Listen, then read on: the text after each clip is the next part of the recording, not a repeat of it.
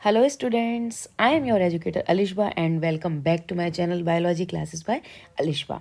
तो आज हम लोग एनसीईआरटी के ही चैप्टर को कंटिन्यू करने वाले हैं।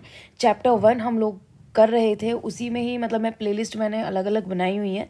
चैप्टर फर्स्ट का हमारा एक पार्ट है रेस्पिरेशन एंड ब्रीथिंग, उस पार्ट को आज मैं लेने वाली हूँ। और पार्ट को स्टार्ट करने से पहले मैं चाहूँगी अगर आपने अभी तक भी मेरा चैनल सब्सक्राइब नहीं किया है तो do subscribe to my channel. और ज़्यादा से ज़्यादा अगर आप मेरी वीडियोस देखना चाहते हैं या आपको कोई भी कन्फ्यूज़न होती है तो आप कमेंट बॉक्स में कमेंट कर सकते हैं, ताकि मैं उनसे रिलेटेड जो भी आपके डाउट्स हों उसके लिए भी एक अलग से सॉल्यूशन की वीडियोज़ बनाकर डाल दूँ। बाकी आपके जितने भी फैमिली फ्रेंड्स जो भी 10th क्लास में हैं, जिनके फर्स्ट टर्म के एग्ज़ाम आने वाले हैं, आप उन लोगों के साथ मेरी वीडियोस को शेयर कर सकते हैं अगर आपको मेरी वीडियोस यूज़फुल लगती है। तो चलिए, और ज़्यादा टॉपिक से भटकने से अच्छा है कि हम लोग अपना टॉपिक स्टार्ट करते हैं, ना ही भटकते हुए। ओके, ठीक है, चलिए स्टार्ट करते हैं अपना टॉपिक रेस्पिरेशन।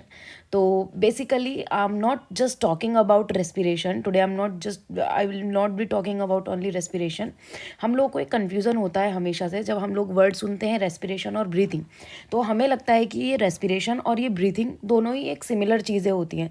जैसे कि हमारी जो एनसीईआरटी की बुक दी हुई है उसमें भी रेस्पिरेशन के बारे में बहुत डिटेल्ड में दिया हुआ है, और ब्रीथिंग के बारे में हम लोगों को ज़्यादातर ऐसे एक्सप्लेन करके नहीं दिया होता। अगर हमें कोई एक्सप्लेन करता भी है तो हमारे माइंड के अंदर एक हमेशा से कन्फ्यूज़न रहती है कि what is the difference between respiration and breathing. और ज़्यादातर बोर्ड एग्जाम में क्या होता है कि रेस्पिरेशन और ब्रीथिंग के डिफरेंस के लिए भी आपसे क्वेश्चन पूछा जाता है। तो बहुत सिंपल वर्ड्स में मैं आपको बताना चाहूँगी कि हमारी बॉडी के अंदर दो तरह के प्रोसेस हो रहे हैं, रेस्पिरेशन एंड ब्रीथिंग। एक्चुअली में ये जो ब्रीथिंग है, पहले ये होगा। ब्रीथिंग का मतलब क्या होता है? इनटेक जो हम करते हैं ऑक्सीजन, और हम क्या करते हैं, हमारी जो कार्बन डाइऑक्साइड है उसको हम एक्सहेल कर रहे हैं। मतलब हम लोग इनटेक भी नहीं, मैं यहाँ पर इनहेल बोलूँगी, इनटेक नहीं बोलूँगी मैं यहाँ पर, इनहेल बोलूँगी। मतलब हम इनहेल करते हैं ऑक्सीजन और एक्सहेल करते हैं हम लोग carbon dioxide. The only process in which we are just exchanging the gases, that process is called breathing. We are just exchanging the gases only in this process. तो respiration अभी हमने बात की ही नहीं है, अभी मैं just breathing की बात कर रही हूँ।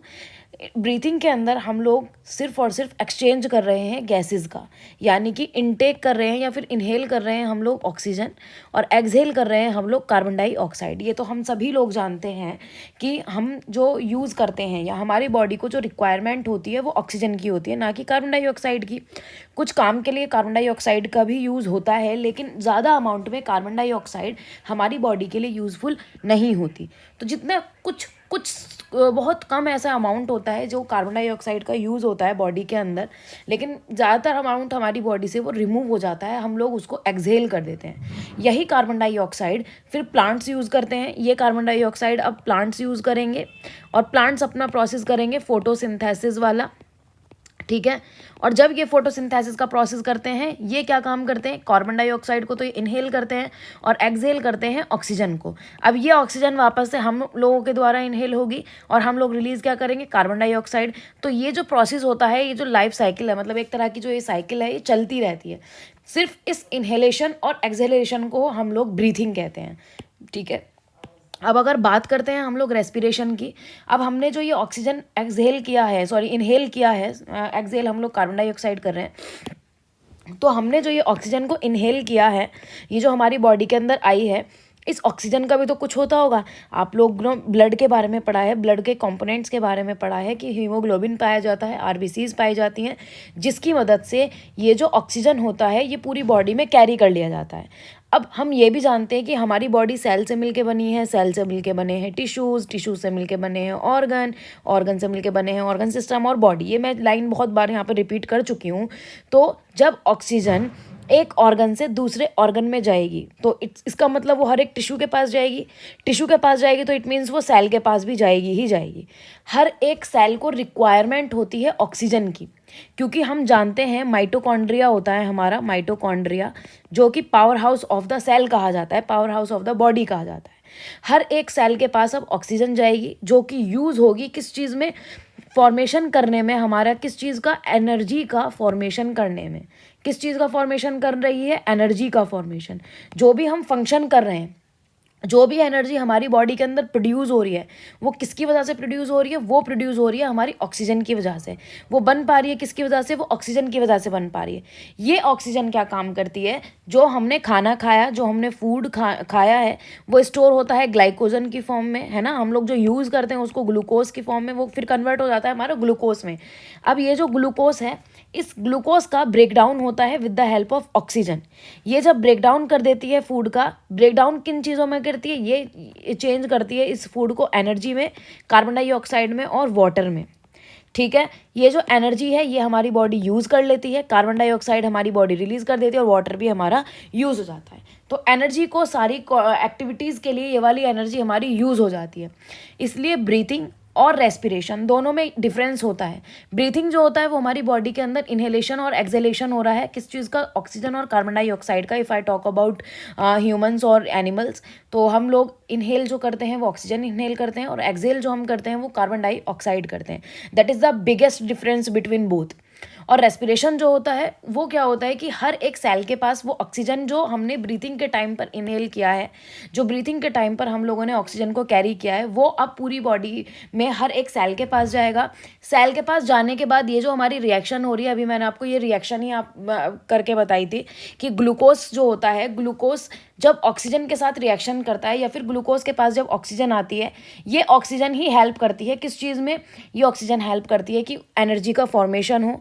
ब्रेकडाउन होगा तो एनर्जी बनेगी और कार्बन डाइऑक्साइड बनेगी, साथ ही साथ वाटर बनेगा। तो कुछ ऐसी रिएक्शन होती है जिसकी वजह से हमारी बॉडी में एनर्जी बनती है। अब देखिए, दो तरह की हमारी रेस्पिरेशन होती है, एरोबिक और एनारोबिक। यहाँ पर मैं लिख देती हूँ एरोबिक एंड एनारोबिक।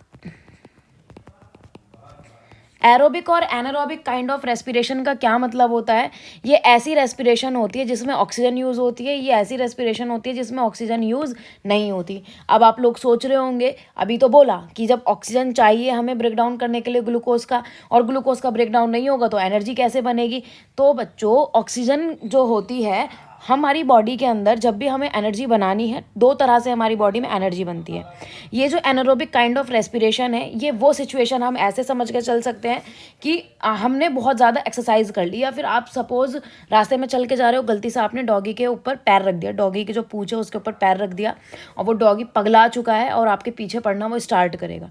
उस टाइम पर आप बहुत ज़्यादा भूखे थे, सपोज आप फास्टिंग मोड में हो और आपके अंदर एनर्जी ही नहीं है, इतना मान के चलो कि आप बिल्कुल लो एनर्जी हो, लेकिन अगर आपके पीछे डॉग पड़ जाता है तो क्या होगा, आपकी स्थिति ऐसी हो जाएगी कि आप ना इधर देखोगे ना उधर देखोगे, बस अपनी पूरी स्पीड से जितनी जान लगा सकते हो उतना भागोगे जब तक उस डॉग से बच ना जाओ।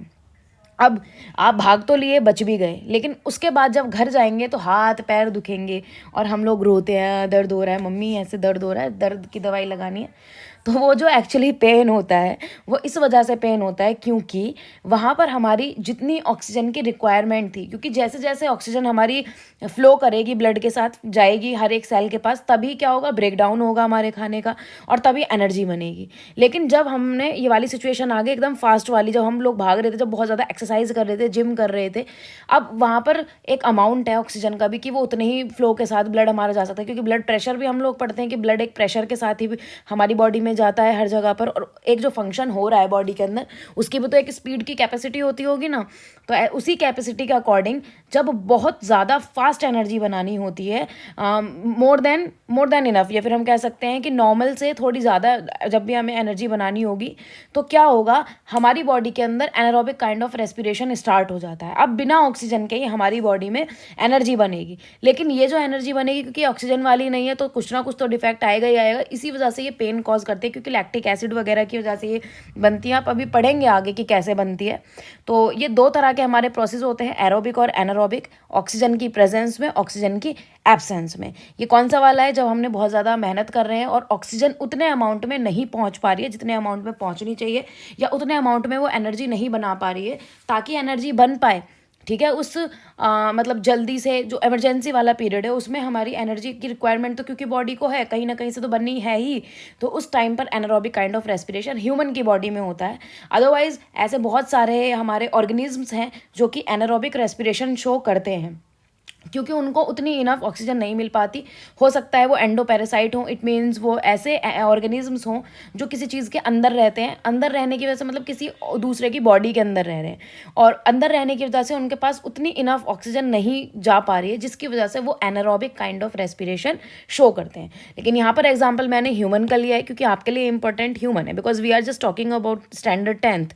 तो स्टैंडर्ड 10th में सिर्फ समझना हम लोगों के लिए इंपॉर्टेंट है। We will further discuss about it in standard 11th और 12th। Okay, it will be in 11th और 12th। तो अभी फ़िलहाल हम लोग सिर्फ बात करेंगे स्टैंडर्ड 10th तक की।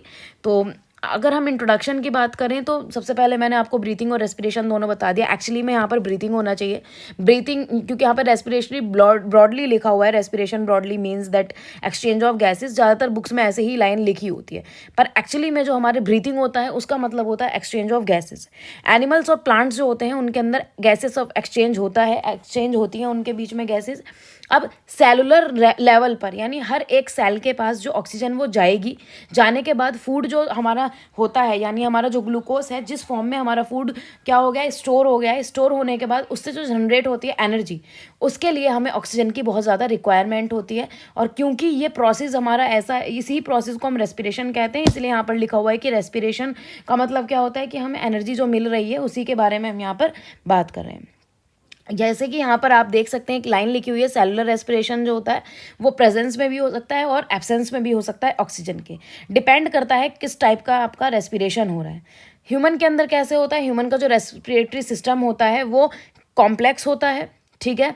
इसके अंदर इन्वॉल्व होती है हमारी ब्रीथिंग। ब्रीथिंग का मतलब क्या होता है, एक्सचेंज होना गैसेस का, और साथ ही साथ सेलुलर रेस्पिरेशन होना, मतलब दोनों ही काम हो रहे हैं। अगर ब्रीथिंग नहीं होगी, अगर इन्हेलेशन नहीं होगा, तो हम ऑक्सीजन को बॉडी के अंदर कैसे कैरी कर पाएंगे, कैसे वो ब्लड के साथ एसिमुलेट होगी, कैसे वो हमारा हीमोग्लोबिन उसको कैरी करेगा, कैसे उन तीनों की मतलब हमारी हीमोग्लोबिन, आरबीसीज और ऑक्सीजन की दोस्ती होगी जब तक वो हमारी बॉडी के अंदर जाएगा ही नहीं। तो ब्रीथिंग होना बहुत ज़्यादा इंपॉर्टेंट है। ब्रीथिंग होगी तभी हमारा क्या होगा, सेलुलर रेस्पिरेशन होगा। वेल डिफाइंड जो रेस्पिरेटरी सिस्टम होता है वो हेल्प करता है ब्रीथिंग, मतलब जो हमारी ब्रीथिंग होती है, मतलब हमारे गैसेस का एक्सचेंज होता है। ब्रीथिंग के अंदर क्या आता है, इन्हेलेशन आता है ऑक्सीजन का, क्योंकि हम ह्यूमन की बात कर रहे हैं इसलिए यहाँ पर इन्हेलेशन किसका है, ऑक्सीजन का, और एक्सहेलेशन हमारा कार्बन डाइऑक्साइड का है। गैसेस एक्सचेंज जो होता है वो लंग्स के अंदर होता है, जब ऑक्सीजन, जहाँ पर ऑक्सीजन को सप्लाई किया जाता है हर एक सेल के पास, फिर वो ऑक्सीजन जाती है। हर एक सेल के पास जाना ऑक्सीजन का, और उस ऑक्सीजन का यूज़ होना जिससे कि एनर्जी बने, उस प्रोसेस को हम क्या कहते हैं, सेलुलर रेस्पिरेशन कहते हैं। और ये जो सेलुलर रेस्पिरेशन होता है बॉडी के हर एक सेल के अंदर पाया जाता है, हर एक सेल के अंदर होता है। अब एक और आप लोगों को मैं बात यहाँ पर एडिशनल बताना चाहूँगी, शायद इसमें वो मेंशन ना हो। देखिए, जब भी हम सांस लेते हैं, ऐसा नहीं है कि छन के हमारी बॉडी के अंदर ऑक्सीजन जा रहा है। जब हम सांस ले रहे हैं तो बहुत सारे हमारे बॉडी के अंदर ना गैसेस नहीं जा रही हैं अंदर, हमारी बॉडी के अंदर ही हमारी नोज़ के थ्रू जो अंदर जा रही हैं वो हमारी बॉडी में एयर जा रही है। और एयर, हम जानते हैं air is the mixture of gases. ये जो कार्बन डाइऑक्साइड है, क्यों हमें इसको रिमूव करना है, अगर कार्बन डाइऑक्साइड का जो अमाउंट है वो बॉडी के अंदर इंक्रीज़ हो जाएगा और ऑक्सीजन का जो अमाउंट है वो डिक्रीज़ हो जाएगा, तो क्या होगा, क्योंकि ऑक्सीजन कैपेबल है एनर्जी के फॉर्मेशन के लिए, ठीक है। कार्बन डाइऑक्साइड वो फंक्शन नहीं कर सकती जो फंक्शन किसका है, ऑक्सीजन का है। तो बॉडी हमारी एनर्जी बनाएगी कैसे, अगर कार्बन डाइऑक्साइड हमारी बॉडी के अंदर चली जाएगी। यही रीज़न है कि बॉडी के अंदर ऑक्सीजन का होना बहुत ज़्यादा ज़रूरी है, क्योंकि बॉडी हमारी इसी तरह से डिज़ाइंड है, नेचुरली इस तरह से डिज़ाइंड है कि ऑक्सीजन ही यूज़ होगी, और बिना ऑक्सीजन के जो हो रहा है हमारा respiration, that is the different thing. लेकिन कार्बन डाइऑक्साइड उसमें यूज़ नहीं हो रहा है। ऐसा नहीं है कि टोटल अमाउंट में कार्बन डाइऑक्साइड हमारी बॉडी से हमें रिमूव करना है। In some processes, in some reactions, carbon dioxide is also essential, ठीक है। हर बार हमें कार्बन डाइऑक्साइड या हर चीज़ के लिए कार्बन डाइऑक्साइड हमें रिमूव नहीं करना है। We have to remove excess amount of carbon dioxide. We are using little amount of carbon dioxide in our body, और ज़्यादातर जो होता है हमारी बॉडी का कार्बन डाइऑक्साइड हम उसको रिमूव कर देते हैं। लेकिन we are using huge amount of oxygen in our body, because it is making our energy, and it is forming our energy, ठीक है। तो वो जो एनर्जी हमें मिल रही है वो हमें किसकी वजह से मिल रही है, वो हमें ऑक्सीजन की वजह से मिल रही है। दैट्स द ओनली रीज़न कि हम हमेशा ये बोलते हैं कि हम लोग जो इन्हेल कर रहे हैं वो ऑक्सीजन इन्हेल कर रहे हैं। अब जब हमारी बॉडी के अंदर या हमारी नोज़ के अंदर, क्योंकि नोज़ जो होती है हमारी नोज़ में नोज़ ट्रिल्स होते हैं ना, जो 2 होल होते हैं नोज़ के अंदर, जो स्पेस है जहाँ से एयर इनहेल होती है उसको हम नोस्ट्रिल्स कहते हैं। ये जो नोस्ट्रिल्स होते हैं इनके अंदर कुछ हेयर लाइक स्ट्रक्चर पाया जाता है, मतलब कुछ हेयर्स पाए जाते हैं। साथ ही साथ इसके अंदर पाई जाती है हमारी म्यूकस, क्योंकि आपने म्यूकस डाइजेस्टिव सिस्टम में भी पढ़ी होगी। यही म्यूकस हमारी नोज़ में भी पाई जाती है। कुछ चिपचिपी होती है, लिक्विड सा होता है, जेल जेल सा, लिक्विड सा, चिपचिपा सा लिक्विड पाया जाता है।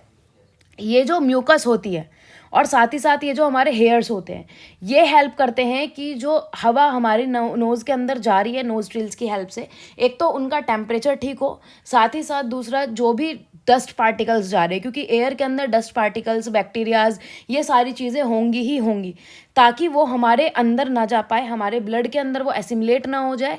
ये जो म्यूकस होती है उस डस्ट पार्टिकल्स को कैप्चर कर लेती है नोज़ के अंदर और उसको हमारी बॉडी के अंदर नहीं जाने देती। तो म्यूकस का भी बहुत ज़्यादा इंपॉर्टेंस है ब्रीथिंग के टाइम पर। अब छन्ने के बाद, छन्ना in the sense dust particles यहाँ पर अभी सिर्फ रिमूव हुए हैं, डस्ट पार्टिकल्स हमारे रिमूव हो गए। अब बाकी अंदर जाएगी वो फ्रेश एयर जाएगी अंदर। फ्रेश एयर में भी आपकी सारी गैसेज एसिमुलेट हैं, जो अलग अलग गैसेज हैं उनका अपना अलग अलग यूज़ है बॉडी के अंदर। एनर्जी वो नहीं बना रही है, लेकिन और भी लाइफ के प्रोसेसेस हैं और भी बहुत सारी बायो केमिकल्स हमारी रिएक्शन चलती रहती हैं बॉडी के अंदर। उन केमिकल्स के लिए इंपॉर्टेंट हैं अलग अलग गैसेज। बट ऑक्सीजन जो हमारी यूज़फुल होती है वो एनर्जी बनाने के लिए यूज़फुल होती है। और भी बहुत सारे हमारे प्रोसेसेस हैं, अगर एनर्जी नहीं बनेगी तो और प्रोसेसेस होंगे ही नहीं। तो बॉडी में हमारे गैस ने एंट्री, एयर ने एंट्री की। एंट्री किससे की? विंड पाइप आप पढ़ते हैं, इन जनरल लैंग्वेज आप उसको विंड पाइप बोलेंगे। तो अंदर चली गई हवा विंड पाइप से, विंड पाइप से वो दोनों लंग्स में जाएगी। अब लंग्स में जाने के बाद क्या होगा? कार्बन डाइऑक्साइड जो होगी वो तो रिमूव हो जाएगी, लेकिन ऑक्सीजन जो होगी वो हमारे ब्लड में घुल जाएगी और ब्लड में घुलने के बाद वो पूरी बॉडी में फैल जाएगी। इसी से रिलेटेड होता है हमारा सर्कुलेटरी सिस्टम भी।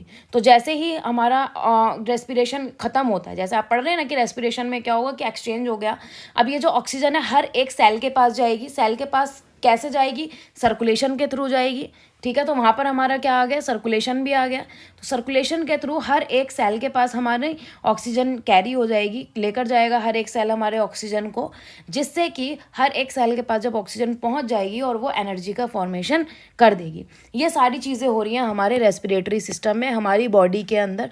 बहुत ज़्यादा कॉम्प्लिकेटेड सा लगता है, लेकिन इसको एक बार 2-3 बार सुनोगे, अगर एक बार नहीं समझ में आया तो आपको समझ में आ जाएगा। थोड़ा कॉम्प्लिकेटेड लग सकता है but it is not that much complicated. तो रेस्पिरेटरी सिस्टम की अगर हम बात करते हैं तो इस रेस्पिरेटरी सिस्टम में हमारे nose, nasal cavities, pharynx, larynx, trachea यानी विंड पाइप होता है आपका, ब्रोंकी, ब्रोंकियोल्स और एल्विलॉय, ये सारी चीज़ें इन्वॉल्व होती हैं। फॉर एग्जाम्पल ये आपकी क्या है? नोज़ है, ठीक है। नोज से एयर, ये मैं नोज ऐसे ही बना रही हूँ डायग्रामेटिकली शो करने के लिए। यहाँ से क्या हुआ? एयर इनसाइड हुई, एयर जा रही है अंदर, ऑक्सीजन नहीं जा रही, एयर की हम यहाँ पर बात करें।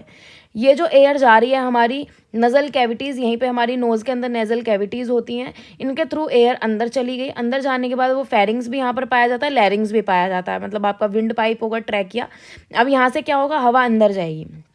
जाने के बाद हमारे 2 लंग्स होते हैं, हमें पता है 2 लंग्स ऐसे डिवाइड हो गए। सपोज़ ये एक लंग है और सपोज़ ये एक लंग है, ये हमारे डिवाइड हो गए 2 पार्ट्स में।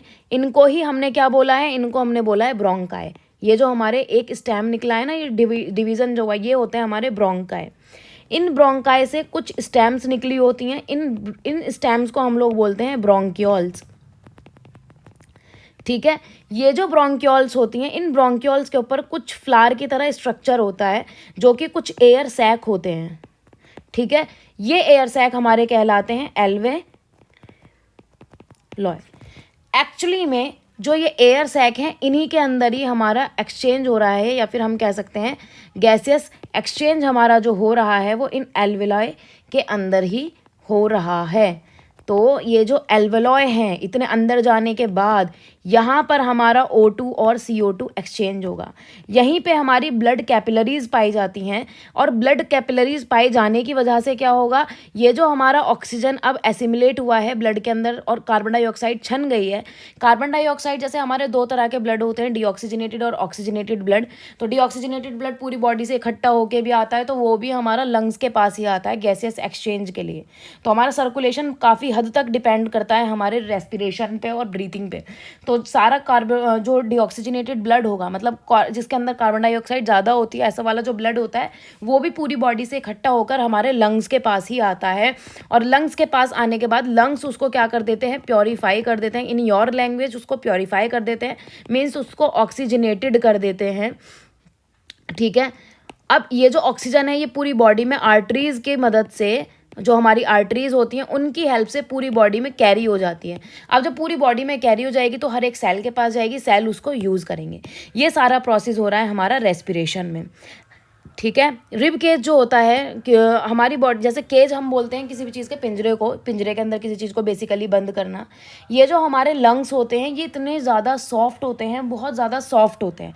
जैसे कि हम लोग स्पॉन्ज होता है ना, जिससे बर्तन धुलते हैं, जो स्पॉन्ज हम लोग यूज़ करते हैं किचन में, it is similarly like that. इतना ज़्यादा ये सॉफ्ट होता है कि अगर आप उसको प्रेस करेंगे तो वो प्रेस हो जाएगा। तो अगर कोई बाहर से आपको घूंसा मार दे तो आपके तो लंग्स बिल्कुल पिचक जाएंगे वो। तो उसको प्रोटेक्ट करने के लिए हमारी स्किन के ऊपर या हमारे लंग्स के ऊपर कुछ केज पाया जाता है जिसको बोलते हैं रिब केज। जैसे कि आप इस डायग्राम में देख सकते हैं, ये है हमारा rib cage. It is protecting your lungs. ठीक है, प्रोटेक्ट करने में हेल्प करता है हमारे लंग्स को। और सपोज ये जो हमारा लंग है, it is somehow like balloon. ठीक है, जैसे बलून में हम हवा भर देते हैं, एक बैलून लेते हैं और उसमें एयर फिल करेंगे, और जैसे ही उसकी हवा निकल जाएगी तो वो पिचक जाएगा। हमारे लंग्स भी समहाउ उसी की तरह फंक्शन करते हैं। जैसे हमने इनहेल की हवा इनहेल करेंगे तो वो फूल गए, अब जैसे ही हम सांस छोड़ेंगे तो वो थोड़े सिकुड़ जाएंगे। ऐसा कभी भी नहीं होगा कि टोटल अमाउंट में गैस हमारी बाहर निकल जाएगी लंग्स में, उसमें कहीं ना कहीं रहती ही है गैस, वो फूले हुए रहते हैं, वो इतने ज़्यादा नहीं पिचकेंगे जितने कि उसमें से बिल्कुल ही हवा निकल जाए। तो ऐसी सिचुएशन तो नहीं आती है। बट ये जो रिब केज होते हैं हमारे लंग्स को फैलने में और सिकुड़ने में भी हेल्प कर रहे हैं, दूसरा उनको प्रोटेक्ट करने में हेल्प कर रहे हैं। तो गैसेस एक्सचेंज जो होता है वो एल्वेलॉयर सरफेस के ऊपर होता है। मतलब अभी मैंने आपसे बात की, एल्वेलॉय पाई जाती हैं, एयर सैक जिनको बोलते हैं, इन्हीं के अंदर ही हमारा O2 और CO2 का एक्सचेंज होता है। ठीक है, लार्ज सरफेस एरिया जो होते हैं वो प्रोवाइड कराते हैं हमारे एल्वेलॉय गैसेस एक्सचेंज के लिए। अगर हम फिजियोलॉजी की बात करें किस चीज़ की, यहाँ पर हम बेसिकली ब्रीथिंग की बात कर रहे हैं। ब्रीथिंग जो होता है फिजियोलॉजी ऑफ रेस्पिरेशन में लिखा हुआ है, तो रेस्पिरेशन के ब्रीथिंग वाले पार्ट की हम यहाँ पर बेसिकली बात कर रहे हैं। तो क्या होता है जब हम इनहेल करते हैं, जब हम एक्सहेल करते हैं, उसके बारे में यहाँ पर बात हो रही है।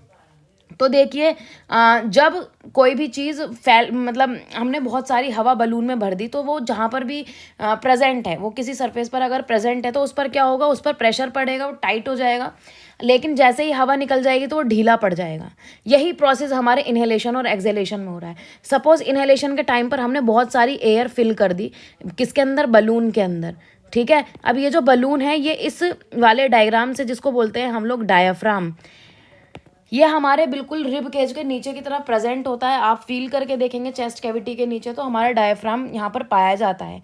ये किस चीज़ में हेल्प करता है, ये इसके अंदर पाई जाती है इलास्टिसिटी। मतलब ऐसा होता है जैसे कि रबर बैंड खींचो और उसको छोड़ो तो वापस अपनी नॉर्मल कंडीशन में आ जाएगा। जैसे रबर बैंड होता है ना, उसको आप जितना स्ट्रेच करोगे वो स्ट्रेच हो जाएगा, लेकिन जब आप उसको छोड़ोगे तो वो अपनी पुरानी कंडीशन में आ जाएगा।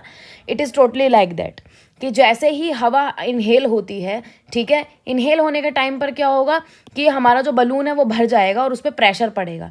जैसे ही आप हवा को एक्सहेल कर दोगे तो क्या होगा, वो एकदम से ढीला पड़ जाएगा।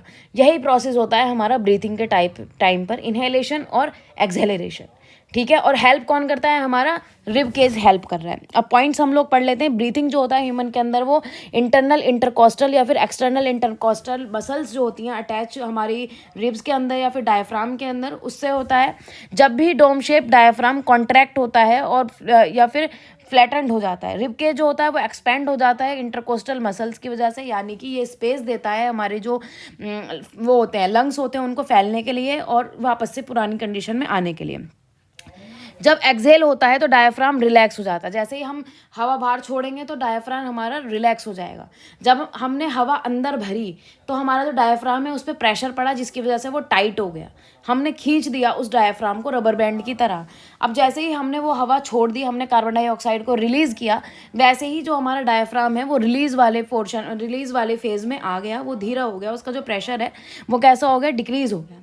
हाँ ठीक है, अब इनहेल्ड एयर जो होती है वो इंक्रीज़ कर देती है ऑक्सीजन की कंसंट्रेशन को, तो ऑक्सीजन सिंपली डिफ्यूज हो जाती है ब्लड वेसल्स के अंदर। मैंने आपको बताया कैसा, ब्लड जो होता है वो सेल्स से आ रहा है, कंसंट्रेशन जो होगी कार्बन डाइऑक्साइड की वो कैसी हो जाएगी, डिफ्यूजन के थ्रू क्या होगी, बॉडी से बाहर हो जाएगी। थस ब्रीथिंग जो होता है वो कंबाइंड एक्शन लेता है इंटरकोस्टल मसल्स में और डायफ्राम में, क्योंकि उसके अंदर हमारा क्या होता है, सिंपल डिफ्यूजन होता रहता है कि वो जो हमने ऑक्सीजन ली है वो ब्लड में घुल जाएगी, मिल जाएगी, फैलने को ही हम यहाँ पर डिफ्यूजन कह रहे हैं।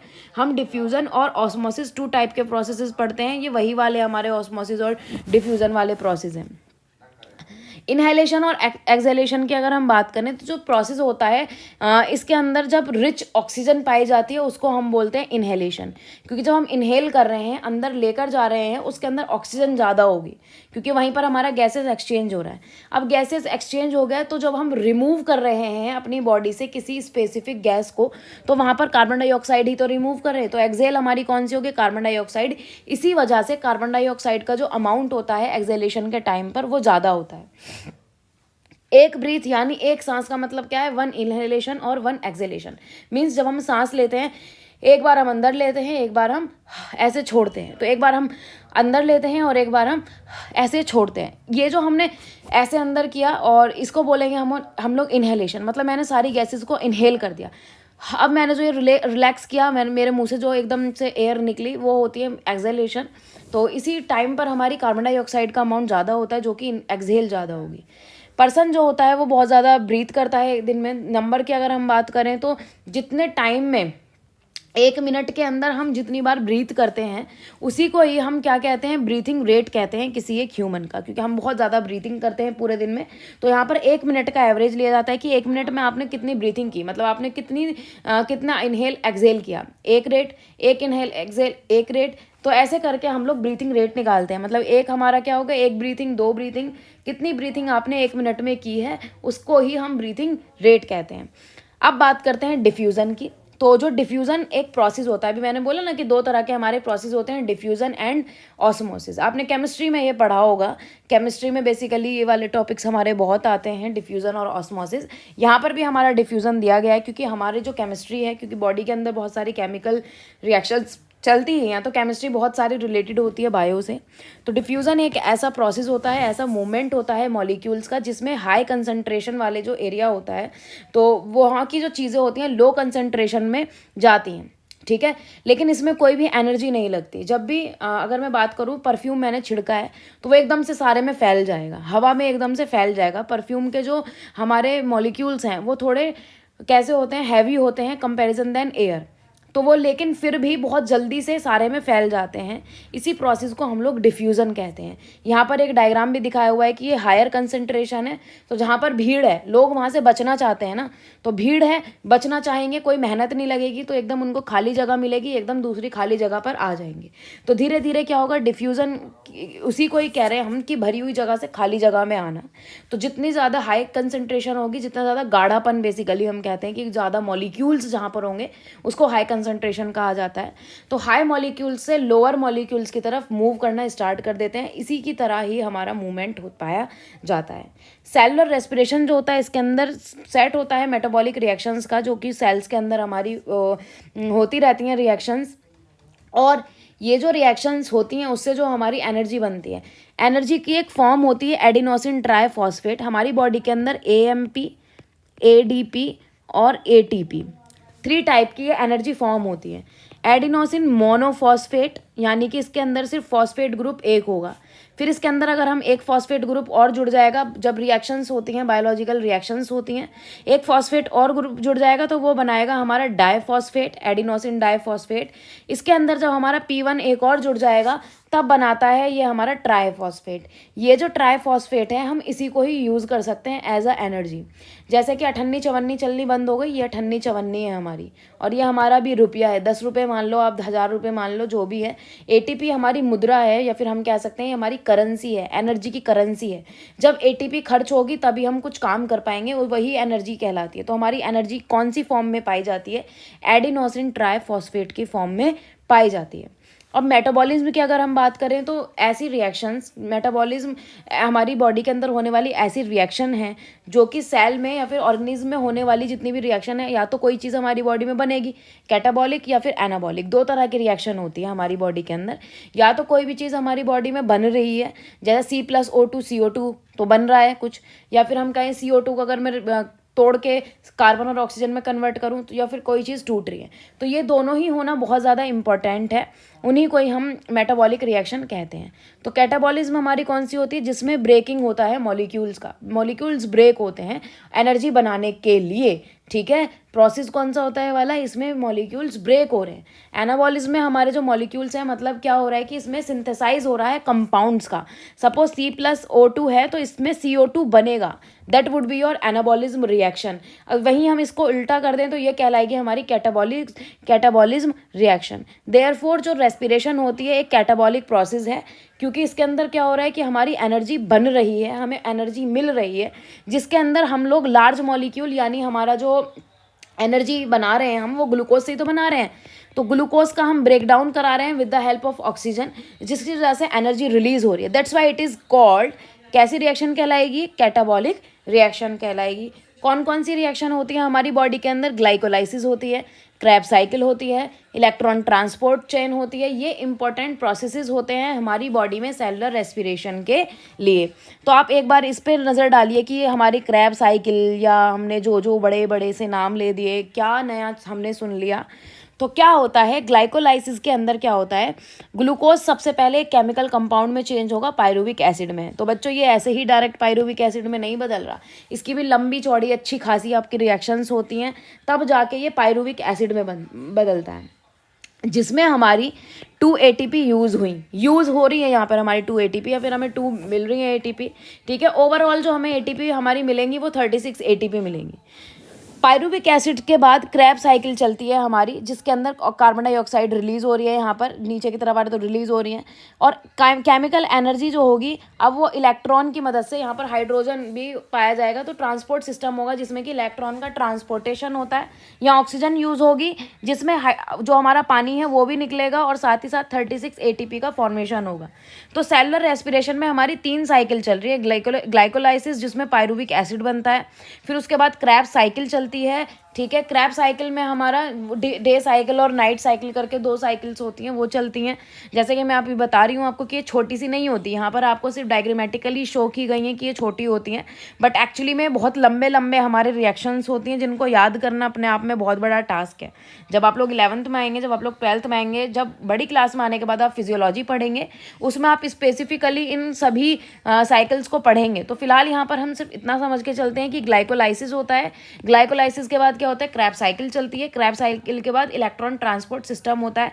इन सभी से ओवरऑल हमें 36 ATP मिल जाती है, ठीक है। तो 36 ATP का मतलब हमें 36 मॉलिक्यूल्स मिल गए एनर्जी के। अब बात कर लेते हैं एरोबिक रेस्पिरेशन की। ये एक ऐसा प्रोसेस होता है जिसके अंदर ग्लूकोज कन्वर्ट होती है एनर्जी में, किसकी प्रेजेंस में, in the presence of oxygen. General equation की अगर हम बात करें, glucose plus oxygen gives carbon dioxide, water and energy. It is the normal reaction of the aerobic respiration. अब रेस्पिरेशन जो लोअर एनिमल्स में होता है उनके बारे में बात कर लेती हूँ। जो मैंने आपको अभी एक एग्जांपल लिया था ना, कि जब हम लोग बहुत ज़्यादा एक्सरसाइज कर रहे हैं उसके बाद हमें जो पेन होता है, उसके बारे में हम बात कर रहे हैं, ठीक है। तो रेस्पिरेशन जो होता है, लोअर एनिमल्स जो होते हैं उनके पास क्योंकि ऐसा रेस्पिरेटरी सिस्टम नहीं होता, जैसे कि लंग्स उनके पास नहीं है, एल्विलॉय नहीं है, तो उनके अंदर जो रेस्पिरेशन होता है उनके अंदर एक अलग मैकेनिज्म पाई जाती है। फॉर एग्जांपल आपके जो अर्थवॉर्म होते हैं, ये जो रेस्पिरेशन करते हैं अपनी स्किन की मदद से करते हैं, क्योंकि इनके पास लंग्स नहीं है, इनकी बॉडी भी इतनी बड़ी नहीं है।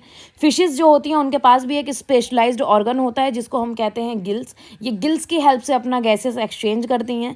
इंसेक्ट्स जो होते हैं उनके पास ट्रैकियल सिस्टम पाया जाता है, जिसके अंदर सिर्फ और सिर्फ नेटवर्क पाए जाते हैं ट्यूब के। इनके पास भी कोई लंग नहीं पाया जा रहा, जिसकी वजह से ये सर्कुलेशन करती हैं और गैसेस एक्सचेंज करती हैं।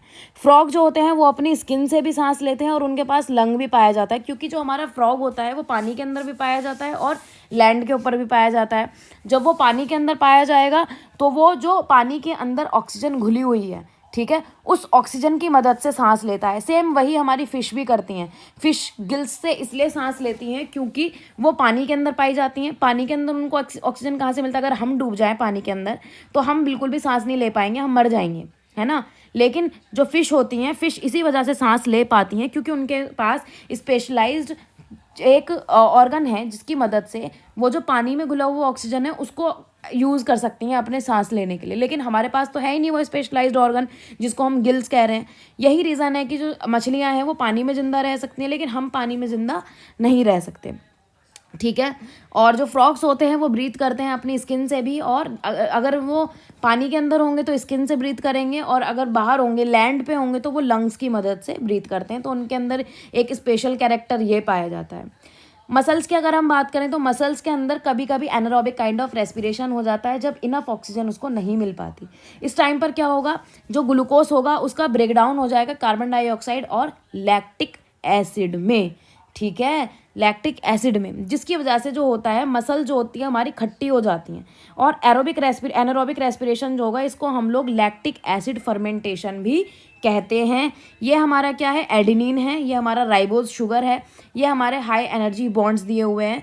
तो जो रिएक्शन होती है वो इसी तरह से होती है, हमारी राइबोज शुगर यहाँ पे दिया हुआ है। तो हमारे यहाँ आप देख सकते हैं एटीपी का बेसिकली यहाँ पे आपको दिखाया गया है। एटीपी जो एटीपी है एडिनोसिन ट्राइफॉस्फेट या फिर डाइफॉस्फेट, तो ये उसका डायग्राम बेसिकली आपको दिखाया गया है। अगर आपको एक पी यहाँ पर होता तो AMP, ठीक है, अगर 2 पी होते हैं यहाँ पर तो ADP, अगर 3 पी हैं तो ATP। तो यहाँ पर आपको ATP का डायग्राम दिखाया गया है, एडेनिन राइबोज जो कि बना होता है एडिनोसिन ट्राइफॉस्फेट या फिर डाइफॉस्फेट। एक तो उसके अंदर एडेनिन ग्रुप होता है, दूसरा राइबोज शुगर होती है और उसके अंदर पाया जाता है फॉस्फेट ग्रुप। तो एनर्जी ATP क्या होता है, हमारी एक करेंसी होती है सेल की जिसको हम यूज़ करते हैं एनर्जी बनाने के लिए या फिर जिससे हमें एनर्जी मिलती है। ATP जो होता है उसको ट्राइफॉस्फेट कहते हैं। ये जो मॉलिक्यूल होता है फोटोसिंथेसिस या फिर रेस्पिरेशन के प्रोसेस के टाइम पर हमें मिलता है। 3 फॉस्फेट बॉन्ड प्रेजेंट होते हैं हाई एनर्जी वाले, देख सकते हैं आप हाई एनर्जी बॉन्ड वाले ये हमें पाए जा रहे हैं। लार्ज अमाउंट में इनसे एनर्जी रिलीज होती है। ये जो एनर्जी रिलीज होती है यही इनफ होती है सारी मेटाबॉलिक रिएक्शन कराने के लिए। बॉडी के अंदर जितनी भी रिएक्शन हो रही हैं उन सभी को कराने के लिए यही इंपॉर्टेंट होती है। प्लांट्स की अगर हम बात करें तो प्लांट्स के अंदर भी जो रेस्पिरेशन पाया जा रहा है, जैसे हमारे पास तो लंग्स पाए जा रहे हैं लेकिन प्लांट्स के अंदर तो ऐसा कुछ नहीं होता। इनके पास भी एक्चुअली में एक स्पेशल चीज़ पाई जाती है जिसको हम बोलते हैं स्टोमेटा, ठीक है, जो कि हमारे कहाँ प्रेजेंट होते हैं, स्टेम में या फिर हमारी जो लीव्स होती हैं उसमें पाए जाते हैं। इनके अंदर गैसियस एक्सचेंज होता है। और compare to animals, plant roots जो होती हैं या फिर स्टेम जो होती हैं, लीव्स जो होती हैं, ये बहुत ज़्यादा लोअर रेट में सांस लेती हैं। देखो हमारी बॉडी जैसी बनी हुई है, जितना कॉम्प्लेक्स हमारी बॉडी बनी हुई है, जितनी कॉम्प्लिकेटेड, जितना कॉम्प्लेक्स हमारी बॉडी का स्ट्रक्चर है, ऐसा किसी का भी स्ट्रक्चर नहीं है। मतलब जितने भी लोअर एनिमल्स की आप बात करो, प्लांट्स की बात करो, क्योंकि उनको इतना ज़्यादा फंक्शन भी नहीं करना है, ठीक है। हमारी बॉडी को फंक्शन बहुत सारे करने हैं, हमारी बॉडी बहुत ज़्यादा फंक्शन करती है, उसको बहुत सारे लाइफ प्रोसेसेस करने हैं, जिसकी वजह से हमारी बॉडी को रिक्वायरमेंट भी बहुत ज़्यादा है एनर्जी की। तो यही रीज़न है कि हम लोग अलग तरह की कोई भी जो मतलब हमारी बॉडी ज़्यादा अमाउंट में एनर्जी बनाएगी, लेकिन बाकी के जितने भी ऑर्गेनिज्म हैं उनको इतनी रिक्वायरमेंट नहीं है एनर्जी बनाने की, क्योंकि उनके इतने ज़्यादा लाइफ प्रोसेसेस भी नहीं हैं। नेक्स्ट हम बात करते हैं ट्रांसपिरेशन की। इंपॉर्टेंट है ये। ट्रांसपिरेशन जो होता है एक बायोलॉजिकल प्रोसेस होता है जिसमें कि वाटर लॉस्ट होता है। मतलब कि क्या होगा, जब बहुत ज़्यादा पानी प्लांट के अंदर चला जाएगा तो ऐसा होगा कि एक्सेस अमाउंट ऑफ वाटर होने की वजह से प्लांट खराब भी हो सकता है। तो वो जो एक्सेस अमाउंट होता है वाटर का, वो एक प्रोसेस के थ्रू हमारा वो हो जाता है, मतलब भाप बन के उड़ जाता है, वेपर बन के वो उड़ जाता है। उस प्रोसेस को ही हम लोग ट्रांसपिरेशन कहते हैं। ये कब होता है, स्टोमेटा के थ्रू ही होता है, गैसेस एक्सचेंज के टाइम पर ही होता है। ट्रांसपिरेशन किस चीज़ में हेल्प करता है, ट्रांसपोर्टेशन में हेल्प करता है कि जो रूट से लेके ऊपर वाले पार्ट में जो भी चीज़ जाए उनको लेकर जाए, मतलब एक प्रेशर के साथ ऊपर की तरफ जाता है। हमारे जाइलम और फ्लोएम दो तरह की चीज़ें होती है ना। जाइलम जो होता है वो नीचे से सारी चीज़ों को ऊपर लेके जाता है, मतलब पानी और मिनरल्स को ऊपर की तरफ लेके जाएगा लीव्स तक। और लीव्स क्या होंगी हमारी, ऊपर से उसको क्या मिल रही है, सनलाइट। तो सनलाइट ऊपर से उसको मिल रही है और गैसेस उसको मिल रही हैं, जिसकी मदद से वो अपनी लीव्स के अंदर खाना बना सकती है। पुल थ्योरी दी गई थी ट्रांसपिरेशन के लिए, तो पुल थ्योरी में इसके बारे में बताया गया। पुल थ्योरी के बारे में पूछ भी लिया जाता है कि किसके बारे में दी गई थी। Loss of water specially from leaves ऐसे अफेक्ट करता है कि जो अपवर्ड या फिर डाउनवर्ड, जो हमारी बेसिकली कोई भी लीफ होती है ना, ऐसी होती है जैसे कि हम वो पीते हैं ना सॉफ्ट ड्रिंक वगैरह स्ट्रॉ से, तो स्ट्रॉ की तरह ये काम करती है। प्रेशर लगता है इन पे, जिसकी मदद से पानी जो होता है वो नीचे से रूट की तरफ से ऊपर लीव्स तक चला जाता है, एक प्रेशर लगता है। ट्रांसपिरेशन जो होता है वो एक्सक्रेटरी मैकेनिज्म में भी हेल्प करता है, जिसकी वजह से क्या होगा, अब ये जो पानी ऊपर चला गया है इसमें जो एक्सेस अमाउंट में वाटर होगा वो भाप बनकर एनवायरनमेंट में उड़ जाएगा, ताकि एक्सेस अमाउंट में वाटर प्लांट के अंदर, ट्री के अंदर ना रहे। तो ट्रांसपिरेशन काफ़ी इंपॉर्टेंट प्रोसेस है, जिसके माध्यम से रूट से पानी जा रहा है, मतलब जो हमारी फ्लोएम और जाइलम है, जो हमारे प्लांट टिश्यूज़ हैं, वो कैरी कर रहे हैं वाटर को, और वो कैरी कर रहे हैं फूड को पूरे पार्ट्स में। और साथ ही साथ ट्रांसपिरेशन की मदद से क्या हो रहा है कि जितनी भी जो हमारे एक्सेस वाटर है, ज़्यादा अमाउंट में जो पानी आ गया है ट्री के अंदर, प्लांट के अंदर, वो भी रिमूव हो जाता है।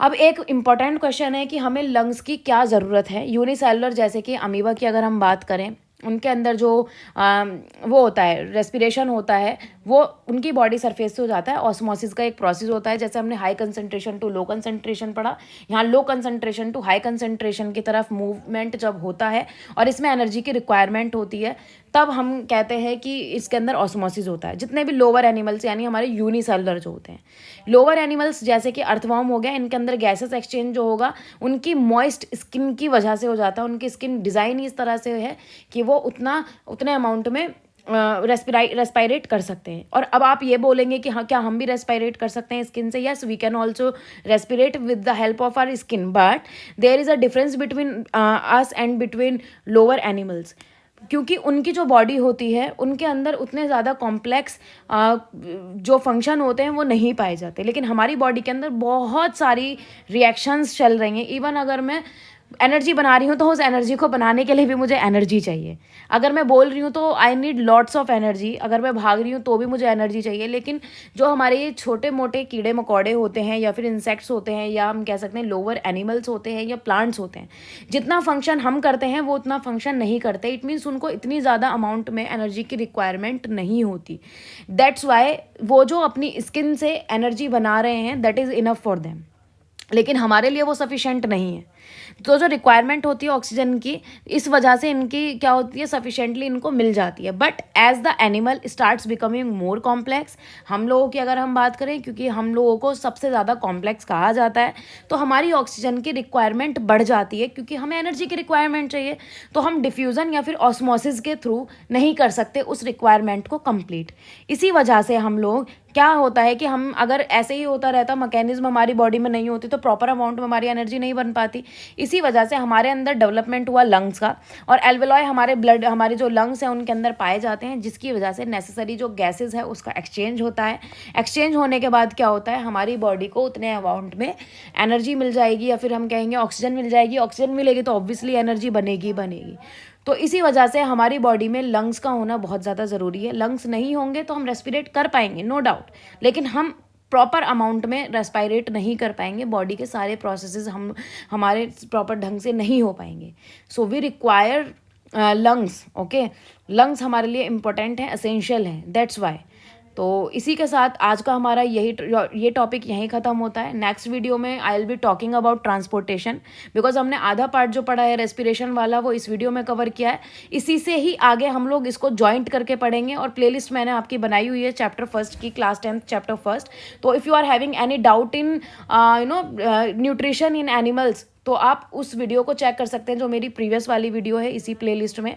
तो अगर आपको मेरी वीडियो अच्छी लगी हो तो प्लीज़ इसको शेयर करिएगा, और ज़्यादा से ज़्यादा इस मेरी चैनल को शेयर करिए, जिससे कि मुझे भी थोड़ा मोटिवेशन मिले। व्यूज़ अगर आते हैं तो थोड़ा लगता है कि हाँ बच्चे पढ़ रहे हैं, लेकिन अगर व्यूज़ भी ज़्यादा अच्छे नहीं आते, या फिर कुछ लाइक्स का तो इतना मैटर नहीं है, कि लगता है कि हाँ बच्चों ने व्यू किया है, पढ़ा है, थोड़ा मोटिवेशन मिलता है।